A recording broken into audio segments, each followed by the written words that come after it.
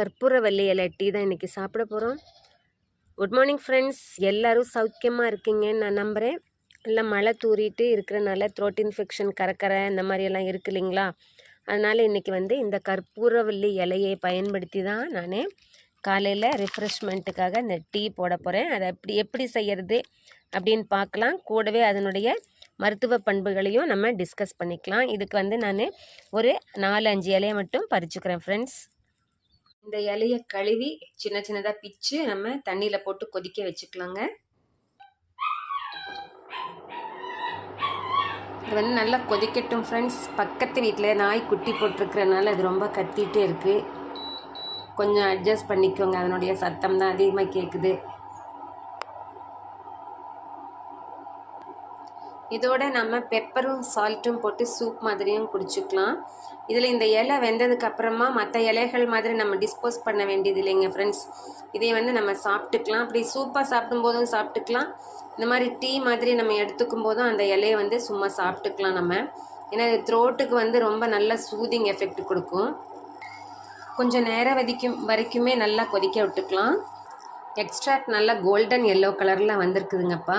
இது நான் கப்பில் சுகர் ஆட் பண்ணி வச்சுட்டேன். அதோட அப்படியே அதில் நம்ம ஊற்றிக்கலாம். ஏன்னா இது நம்ம ஃபில்டர் பண்ண போகிறதில்ல, அந்த இலையுமே சேர்த்து தான் சாப்பிட்டுக்க போகிறோம். சுகர் ஆட் பண்ணியிருக்கோம், அதில் அப்படியே மிக்ஸ் பண்ணிக்கலாம் நம்ம. ரொம்ப டெலிஷியஸான ட்ரிங்க் ரெடிங்க ஃப்ரெண்ட்ஸ். இது செஞ்சு நீங்கள் கொடுத்து பாருங்கள், குடிச்சும் பாருங்கள். இதோட சயின்டிஃபிக் நேம் பிளெக்ட்ரான்தஸ் சம்பாய்னிக்கஸ் அப்படிங்கிறது. இது இந்தியன் ஒரிகானோ அப்படின்னு சொல்லுவாங்க. இதில் பார்த்திங்கன்னா நிறையா bio active compounds, secondary metabolites எல்லாம் இருக்குது. அதுதான் இதனுடைய மெடிசினல் ப்ராப்பர்ட்டிஸ்க்கு காரணமாக அமைஞ்சிருக்கு. இந்த செடியில் வாலட்டைல் எசென்ஷியல் ஆயில்ஸும் நான் வாலட்டைல் ஃபைட்டோ கெமிக்கல்ஸும் இருக்குங்க.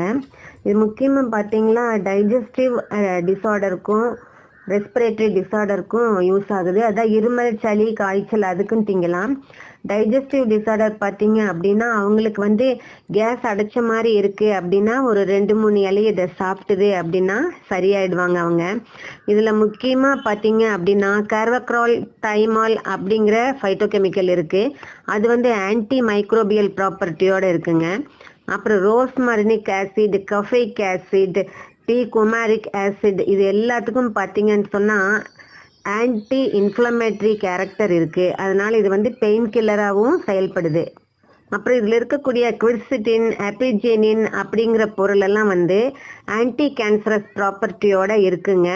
அதனால் இந்த பிளான்ட் ஒரு ஹைலி